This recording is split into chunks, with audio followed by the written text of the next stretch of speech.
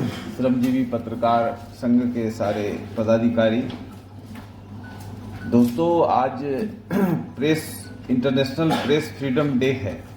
इस अवसर पर हमको उन लोगों को भी याद करना चाहिए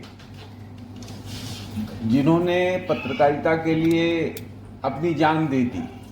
international committee of protection of journalist एक बड़ी संस्था है पत्रकारिता के लिए पूरी दुनिया में। उसका मानना है कि 98 पत्रकार पूरे दुनिया में 2024 के वर्ष में अपने काम करते हुए online of their duty they lost their life. तो हमको उनको भी सोचना चाहिए। अब इसी से मैं अपनी बात शुरू करता हूं कि पत्रकार किस मुद्दे को उठाता है और कैसे उठाता है और उसमें कितने खतरे हैं। ये मैक्सिमम पत्रकार उन जगहों पर मारे गए जहां की अभी कन्फ्लिक्ट चल रहा है, गजा, फिलिस्तीन और जगह दुनिया में भी कन्फ्लिक्ट चल रहा है। लेकिन अब लोकतंत्र जितने देशों में है वहां भी पत्रकारों के खिलाफ एक माहौल है। क्योंकि सत्ता कोई भी हो, किसी भी पार्टी की हो, वो मूल तौर पर निरंकुश होती है। ना सुनने की आदत जो है सत्तासीन बैठे हुए लोगों को नहीं होती है। मैं इमरजेंसी पर एक सेपरेट किताब लिख रहा हूँ, फाइनल चरण में वो पुस्तक है। तो संजय जी, मैंने ये पाया कि ये ऐतिहासिक जगह जो प्रेस क्लब है 25 जून 1975 को लगा इमरजेंसी, और 29 जून को यहाँ 200 पत्रकार और संपादक महोदय लोग कुछ मीटिंग कर रहे थे उसका विरोध करने के लिए। अचानक यहाँ लाठीचार्ज किया गया। कल्पना कर सकते हैं। तो अब वो बड़े ही आराम से वो सारी चीजें अभी भी हो रही हैं। इसमें कोई भी पार्टी दूध का धुला हुआ नहीं है। सारी पार्टियां अपने स्तर से पत्रकारों के आवाज को, उनकी, जैसा कि हमारे भाई मुकेश जी ने बहुत अच्छा कहा कि उनके जो निष्पक्षता है, पत्रकार का कोई पक्ष नहीं है। पत्रकार जो है वो बिल्कुल जनता के पक्ष में है, बिल्कुल सही बात के पक्ष में है। सवाल उठता है कि सरकारों को, लोकतंत्र के में सरकारों को ये जरूर समझना चाहिए कि पत्रकार जो है वो लोकतंत्र का एक मजबूत स्तंभ है। चौथा स्तंभ माना जाता है मीडिया को। चौथा स्तंभ तो पत्रकारों के कंधे पे ही चल रहा है।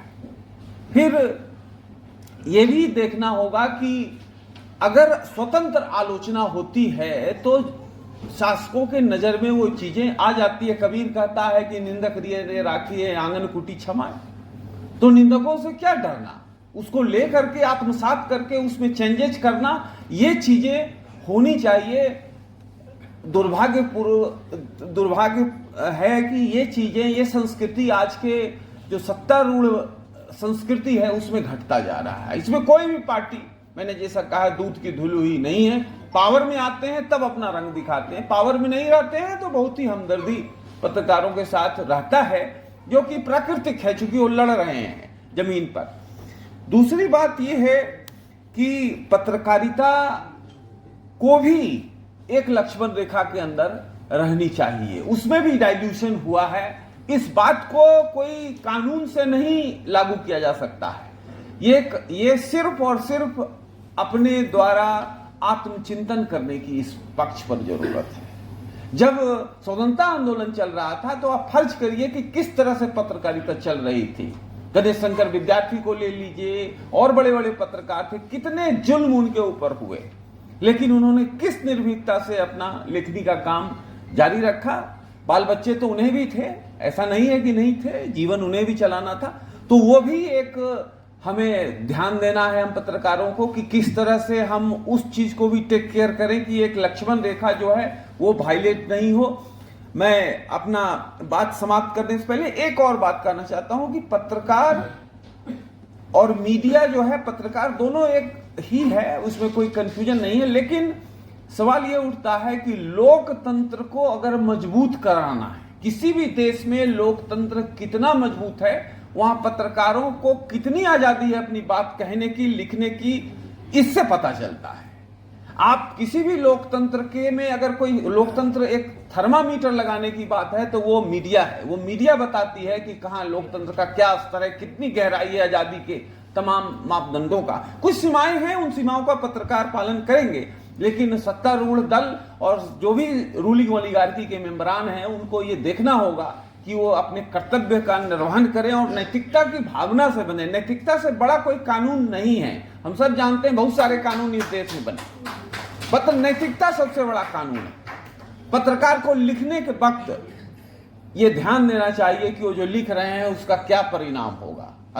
अब मेरे ही नाम सुधीर जी अग्रवाल हैं, इन्होंने जब जजमेंट लिखा तो इन पर क्या त्रासदी रही होगी मैं समझ सकता हूं कि जस्टिस सिन्हा जो थे जिन्होंने जजमेंट लिखा था इंदिरा गांधी के खिलाफ, उन पर क्या प्रेशर था ये मैं एक चैप्टर में ही लिख रहा हूं। तो हर कोई इस देश में भी लोकतंत्र में विमुख हुआ है।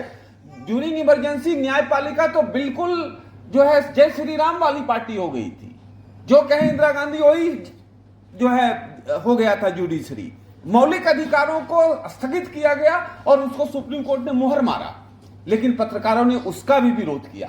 बहुत बुरे हालत में पत्रकारों को उस स्थिति से झेलना पड़ा, लेकिन यही आपकी पूंजी है, यही आपकी कमाई है। निर्भीकता के साथ जनता की बात को उठाते रहना, लोकतंत्र के मूल्यों पर खड़ा रहना, ये पत्रकारिता का सबसे बड़ा चरित्र है। और मुझे लगता है कि संजय जी ने इस दिशा में पत्रकारों को इकट्ठा करके उनके जीवन में जो समस्याएं हैं उसको भी जो हाईलाइट किया है। चूंकि रोजी रोटी साथ साथ चलता है, कोरोना में बहुत सारे पत्रकार गए, उन्होंने भी बहुत राज्य सरकारों ने मदद की।